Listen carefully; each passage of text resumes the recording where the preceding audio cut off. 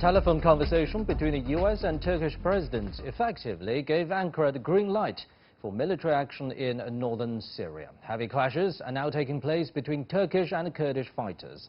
President Donald Trump has vowed to withdraw US troops, but also warned that he would devastate Turkey's economy if the attack goes too far. Russia and Iran, among others, are watching closely. So how will the military operation define Turkey's role in the Middle East? Will the terror campaign of ISIL be revitalized, and how will the overall strategic agenda and balance of power be altered? To discuss these issues and more, I'm joined in the studio by Dr. Wang Jing, Associate Professor at Northwest University of China, and Mr. Einar Tangen, our current affairs commentator.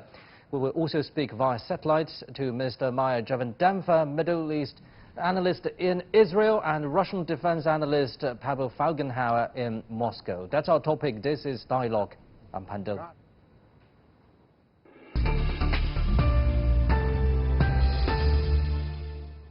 Well, Dr. Wang, let me start with you. And we start with a groundbreaking, if not surprising, development. The Kurdish-led forces in control of northeast Syria have reached a deal with the Syrian government to fight together against Turkish assault. What do you make of this? Well, that is not out of the expectation, because we know in the history, actually, the Syrian Kurds had very, very close relations with the Syrian government led by the Bashar al-Assad, because we know that before the 1998, the so-called, by the Turkey, so-called terrorist group PKK, or the Kurdish Workers' Party inside Turkey, they were supported by the Syrian government for quite a long time. And so their fighters and their cadres have their strongholds in the northern Syrian Kurdish areas and spread their agenda, their kind of the fighting philosophy. So they received the support from the local people. So actually the local people also influenced by this ideology, and they have the very close ties with the Syrian government. Well, on the other hand, after the 2011, a lot of voices say that, okay, the Syrian government forces withdraw from the northern Syria to the center places to fight against the Syrian rebels. But this vacuum was filled up by the Syrian Kurds. So a lot of voices say they had very close ties, and the Syrian Kurds actually fight for the Syrian government. So in front of the foreign invasion led by the Turkey. So now they stand together, and I think they will stand very firmly against the invasion from Turkey. Now, it's almost a week since the Turkish offensive started. Do you think President Erdogan is getting what he wanted at first place? Well, Erdogan's strategy in the northern Syria is a very long strategy. So I think now the time is only the very beginning, very beginning of his long-term strategy in northern Syria, because on the very first strategy that he wants to establish several kind of strongholds in the northern Syria to further expand his future influence, the Turkish influence in this area. And the second, he wants to establish a kind of a buffer zone, very completely, very safely, and eliminate the Syrian Kurds militias in this area. And the third stage, he wants to move and resettle a lot of the Syrian refugees in Turkey. So now he is only the very beginning stage. He's only the very beginning stage of the stage one, that it is trying to establish some kind of the strongholds in the northern Syria. So we have to wait and see. But again, in the longer future, with Turkey's involvement in the northern Syria, a lot of more frictions and the conflicts might be brought inside this area. And let's talk a little bit more about this beginning. Mr. Tangamani is saying that it was US President Donald Trump gave Ankara the green light to start this long-term plan of Mr. Erdogan's. But now we're getting mixed signals from the Trump administration. For example, US Treasury Secretary Steve Mnuchin said last Friday that Trump had authorized US officials to draft very significant new sanctions to target Turkey. What do you make of this kind of confusion? Oh, it's not confusion. It's, pay attention to the sand. The sand is doing something else. Donald Trump obviously gave the green light. He's removed U.S. troops. The U.S. troop presence, what was preventing a Turkish incursion, because death of a U.S. soldier at Turkey's hand would have serious consequences. Not only are they both members of NATO, but there would be an automatic public reaction against this. So he needed to get his troops out. He slow-played it. He's got a lot of pushback, especially from the Republicans in Congress. at a time when he is extremely weak because of the attacks on him by the Democrats regarding his involvement in Ukraine. So at this point, he's trying to mollify people by saying in his wonderful judgment and soul judgment, he will make a decision about this. But, you know, he hasn't named exactly what he's going to do. I think this is an empty threat, just simply to mollify that he's doing something to protect these people when, in fact, he has abandoned them. Now, let's talk to Mr. Meir Javandenfa in Tel Aviv. Mr. Javandenfa, what do you make of that long-term strategy described by Dr. Wang earlier from Mr. Erdogan? Look, first of all, it's wonderful to be with you all. I think there are some crucial questions regarding the Turkish strategy, which at this point there are no clear answers, and I think these could be key in terms of making the strategy sustainable. One of them is that, you know, Mr. Erdogan has said that he wants to resettle some of the Syrian refugees in his country back in the new buffer zone that he wants to create. You know, these are underdeveloped areas. Can he afford paying billions of dollars to develop these areas, to create jobs, to create housing, to create schooling for the Syrians which he wants to resettle in these areas? We don't know. And this is an important question to ask, because if there is no development, they'll go back to Turkey again, because they are opponents of Mr. Assad. It's not likely that they will be wanting to go back to Syria. The other question is, will the Syrian refugees in Turkey want to go to this area in northeastern Syria? Let's not forget, majority of the Syrian refugees in Turkey are actually from western Syria. Will they want to live in another part of the country which they are unfamiliar with? That's also not clear, and it's a very important point. You know, another issue here is that Mr. Erdogan is right now managing a conflict in Syria. But what we should not forget is that right now he's also managing a serious dispute with the Cypriots over gas. We now have the French Navy going to do exercise with the Cypriot Navy as a message to the Turks who are drilling in what is considered to be Cypriot waters for gas. And the Cypriots, in fact, have designated contracts in those areas to other companies. So can Mr. Erdogan manage these two? It's really not clear. And also, last but not least, there are many other questions, is that can Mr. Erdogan cut off the supply routes of the YPG and the PKK in Turkey? You know, it's not it's not going to be, he's not going to be able to completely seal this area. Not only has this conflict, has this operation put him now we can now say that now Turkey very soon will be fighting with Syria. It's not fighting with the Kurds anymore, it's fighting with Syria. Can, in this war in Syria, that is fighting with Syria, can he completely cut off the weapons routes for the Kurds, which it's not clear. So, you know, we can see the initial steps of Mr. Erdogan.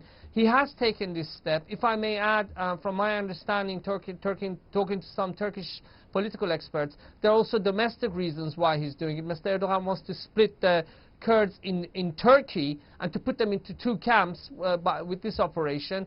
But in terms of the gains that could have for him, there could be major losses in the long-term view when we look at the costs and the important questions which need to be answered about the latest initiative by Mr. Erdogan in Syria. Yes, I just want to add something and emphasize what our commentator from Israel said, and that this is now an issue of national sovereignty. Once the government has embraced the Kurds and said they are part of Syria, now this is an invasion. Right. So it has, within a very, very short period of time, it has taken over a completely different aspect. Before, they were, quote, terrorists or whatever. Now, he's simply invading another country against the sovereign rule of it. So having said that, how will that change the already complex regional situation? I mean, everyone is trying to do the calculations here. The Kurds are feared by many, whether it's Iran, Iraq, etc. They're supported by some. The U.S. was their sole beneficiary, their major beneficiary. They did a lot of work for us with ISIL. Without them, this would have continued on for a major piece of time. The only thing that they asked is they not be abandoned after they had done what we had wanted them to do. That's what Donald Trump has done. In essence, as the Republicans have been saying, he has destroyed American credibility. No one will fight alongside of us as long as we continue to abandon our allies despite promises not to. Now, what's your take on this, Mr. Javin Damfa? Because if this turns out to be an invasion into Syria, and there will be fighting between the Syrian and the Turkish forces, how will that bring changes to the current situation? And do you see an exit plan from Mr. Erdogan if things are getting worse? If I can continue from the last point I made, look, Mr. Erdogan obviously has some domestic political points which he can score, which is why he's undertaking this operation. The operation in Turkey apparently is very, very popular, and even with the nationalists, if I'm not mistaken, even with people who are pro-Ataturk. But it's easy to start a war, but to end it, and I'm saying that somebody who's sitting in Israel, and we invaded Lebanon, and we made a security zone in Lebanon. We've been through this. I remember, many people were already saying for Israel, we had a clear plan going in, but we didn't have a clear plan going out, and we're stuck there for 16 years. Look, one important question, and I have to reference back to my respected colleague in the studio, is, yeah, you talked about American credibility, but my impression is that America no longer cares, Mr. Trump no longer cares about American credibility in this region, because that's not what's going to win votes. And also, there's shale oil in the United States, and also the costly war in Iraq and Afghanistan, and I think more and more Americans just want to forget about this region, and Mr. Trump is capitalizing on this. And the cost of hurting U.S. credibility, I don't think that's going to deter, it's going to be a deterrence. The other question, and I'm hoping our Russian colleague can answer this, because that's just a question, is, okay, Mr. Erdogan is going to fight now Mr. Assad. Where is going to be Russia on this? What is going to be the trigger for Russia? Is Russia going to step in to support Mr. Assad? Because Mr. Erdogan's policies in Syria will undermine Russian plans, because the Russians don't want Turkey to create a buffer zone, to have the Turkish army in there, to have, I don't know, hundreds of thousands of anti-Assad Syrians living in this buffer zone, if that's what they end up doing. This is going to be the issue of Russia. I don't know what Mr. Erdogan's Russian experts are telling him, but there could be a surprise here. Despite the good relations between Mr. Erdogan and Mr. Putin could come down on the side of Bashar al-Assad in this conflict. Okay, thank you very much, Mr. Javin Damfa. And talking about the role of Russia in the whole situation, let's cross live to Mr. Pavel Feigenhauer in Moscow. So, Mr. Feigenhauer, our guest in Israel, just to raise some questions for you. What's your take on the Russians' role so far? Well, actually, this is nothing new what's happening right now. There was a replay of the same situation last year when the Turkish forces invaded Afrin and captured Afrin. That's also a former Kurdish-controlled area, part of their federation of Rojava, but it's in the west of Syria, and there were no American forces present. There were Russian forces actually deployed in Afrin, but they moved out. And then the Syrian government moved in, announced that they're going to fight the Turkish invasion, send in a token force. The Turks bombed them, and they withdrew. And that thing, most likely the same, and Russia did nothing. And most likely the same thing is happening, will be happening right now. The Syrian government doesn't have the manpower or the other means to stop the Turks at all. They're going to send in some token forces with a Syrian flag. The Turks will blast them and they'll withdraw, but they'll make a point that they are defending against the Turkish aggression. But so having said this plight for the Syrian government, do you think Russia will step up its support for the Syrian army, or what are you implying here? No, it will not. Russia also in Syria does not have the means to stop the Turks.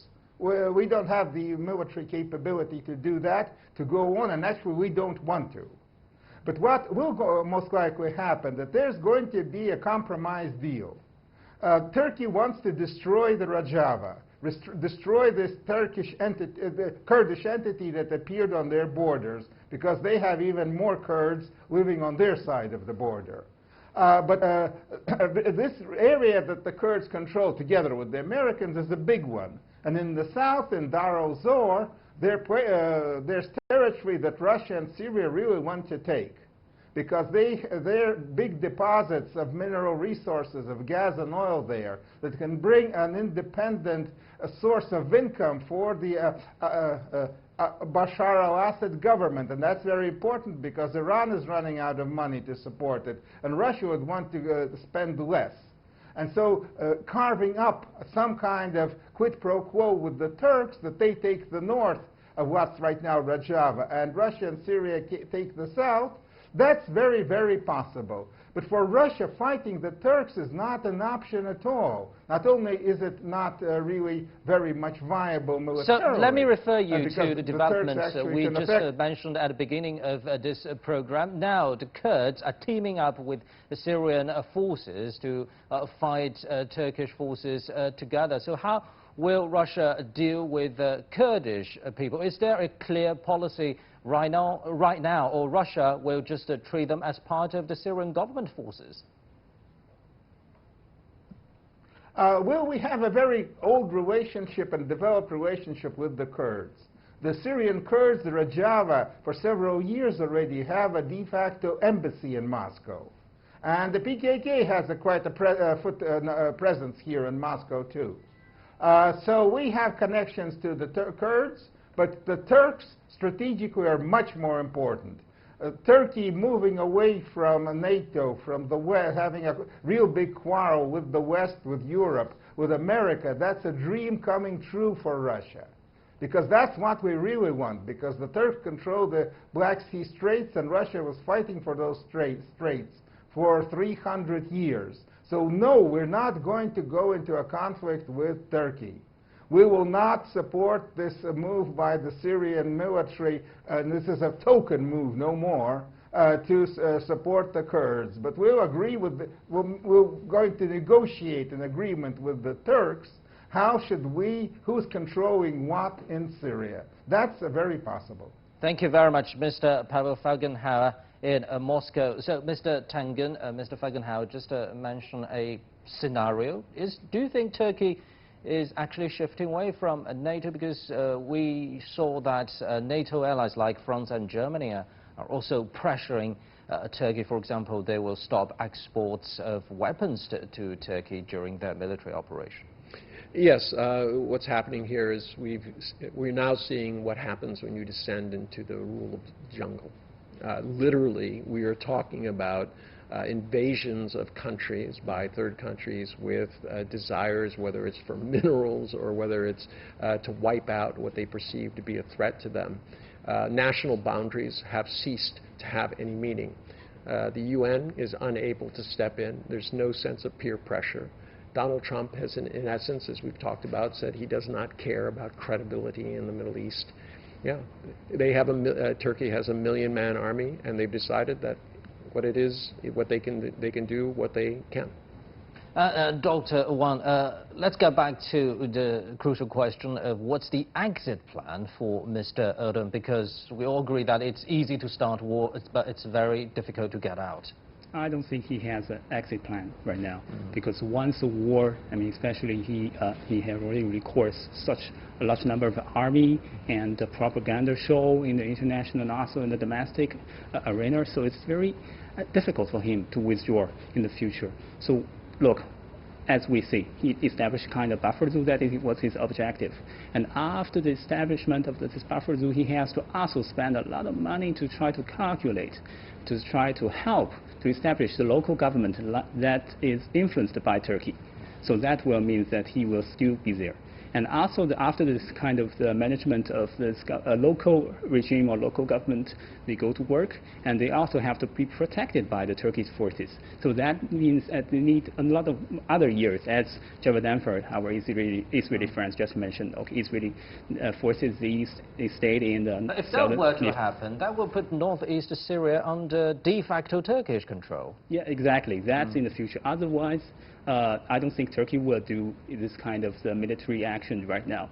But that will also provoke some kind of the dangerous the factors in the future for Turkey itself. For example, it will bring and how to provoke the very national sentiments of the Kurds inside Turkey. And also that might provoke some kind of terrorist attacks that's launched by the Kurdish militias and also the Kurdish extremists against the Turkish civilians. That will be the very disaster for the Turkish society. So I think he has already calculated every kind of the factors, what will happen in the future, but then he made the final decision of the launch of the military offensive. So he has no way exit, only move forward. So do you think ISIL, the possible revitalization of this terrorist organization, is in his calculation?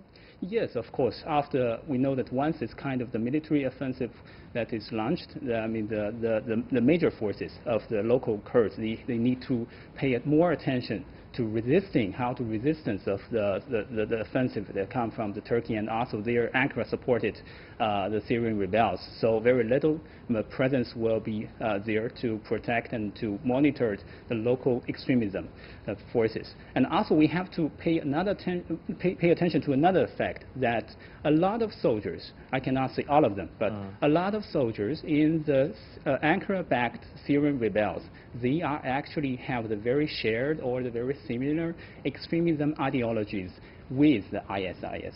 So with the expansion of these Syrian rebel groups in the northern Syria, that means it is very dangerous in the future that some soldiers, okay, we are not ISIL, but they have the very similar and even the same ideologies, extremism thinking in their minds. So this will become another so-called independent state. Yes, Mr. I want to, let's do the calculation here. If you wipe out the Kurds, in essence, you have no force that's capable of dealing with ISIL if it resurfaces other than Turkey. Because obviously the Syrian government is not going to be able to do this. No one is going to stomach having Iran do it. So you're at this situation where when Turkey moves in, they're signing on long term, and they're going to have to fight more fights. And I wonder if that was something that was mentioned in the phone call with Donald Trump. So having said that, do you think the United States has betrayed the Kurds? Oh, there's no question. I mean, there's no one who's saying they haven't except Donald Trump. He went out of his way after he's accused by the majority of the Republicans of abandoning them, saying, well, they didn't fight for us in World War II. I'm not quite certain what that meant, but it was clearly a justification for doing what he's done. He then, after that, in the face of all sorts of pressure from his Republican colleagues, he pulled out everybody, giving even a bigger green light to say, go in and massacre them. So if we put this into a larger geopolitical scope, we know the U.S. will withdraw troops from Syria, but at the same time it will add more troops to Saudi Arabia. What's the strategic thinking here? Do they think Syria is less of an enemy than Iran for the U.S. in that region? I think in essence, and I'd love to hear from Pavel, I think they've ceded Syria to Russia and Turkey, and there's an active partition going on there, and that they've said that they're going to draw the line around this kind of a very odd alliance between Saudi Arabia and Israel. So what's your take on this, Dr. I think that it's reflect the kind of new plan, or the kind of new the implementation of the Donald Trump, his own vision that what the United States should do in the Middle East. For example, that add more forces into the Saudi Arabia. I don't think that the United States will be there to launch a new pressure or new offensive against Iran or other places, but just a gesture to show to the Saudi Arabia that, okay, we came to protect you, so buy more United States weapons next year. Give us more money. Interesting development. We know that Russian President Vladimir Putin will be meeting with Saudi Crown Prince Mohammed bin Salman very soon. What are they going to talk about? Also the kind of the balancing role, because it's not only about Syria, but about the whole geopolitical balance to come. I think that the Saudi Arabia hopes to also strengthen the ties with Moscow, because during the past years, Saudi Arabia is also they witness what is developing in this region, and maybe they have really realized that United States under the Donald Trump administration is not so reliable as before, because we know that every time the United States just want more money from Saudi Arabia, but when something Saudi Arabia really cares, the United States did very little. For example, especially give more pressure. They want more pressure from the United States against Iran, more involvement into Syria, but the United States under Donald Trump administration did little. So I think Saudi Arabia realized that, and also Saudi Arabia, they want to strengthen the ties and hope to balance the ties between Moscow on the one hand and Washington on the other hand. After all, it looks like a credibility of the United States, right, Mr. Tangu? Oh, well, I mean, everything's descended into a Machiavellian, what's good for me right now, and no one who is currently participating has any idea of how this is going to end. And whether they're directly involved or indirectly, no one can do the mathematics of what this is going to do. If you said you're going to have radicalization in that area that is going to continue for generations because of what happens here. The Kurds will feel that they were abandoned. You're already starting to see civilian casualties, and they're talking about massacres, and this will go to the International Criminal Court, and there'll be all sorts of accusations of war crimes. This is not a good scenario in an area that is already beset with many, many challenges. So having said that, Dr. Wang, do you think the national peace or reconciliation process in Syria is shattered again? I mean, absolutely, because on the very beginning of this kind of a process, we call it negotiation process, or kind of the political reconstruction process that supported by UN, supported by everyone. But we have to look at the map. I mean, the Syrian government, they have already taken the most lands from the rebels groups, and they perceive themselves as the winners. So why the winners have to make the concession to the losers? I mean, why they sit side by side with the losers? So this is the perspective of the Syrian government. But if you look at the Syrian rebels, they have different factions. So nobody dares to make even a little concessions, because that will bring the criticism of the other factions from the rebel groups and the opposition groups. So the process of the negotiation, or the kind of the political reconstruction process, will lead to nothing. I mean, that is only the kind of the desire. I think if we look at now to the future, I think the weak is very fragile and very weak. Well, thank you very much, gentlemen. And that's it for this edition of Dialogue on CGTN. I'm Pan Deng in Beijing. Bye-bye.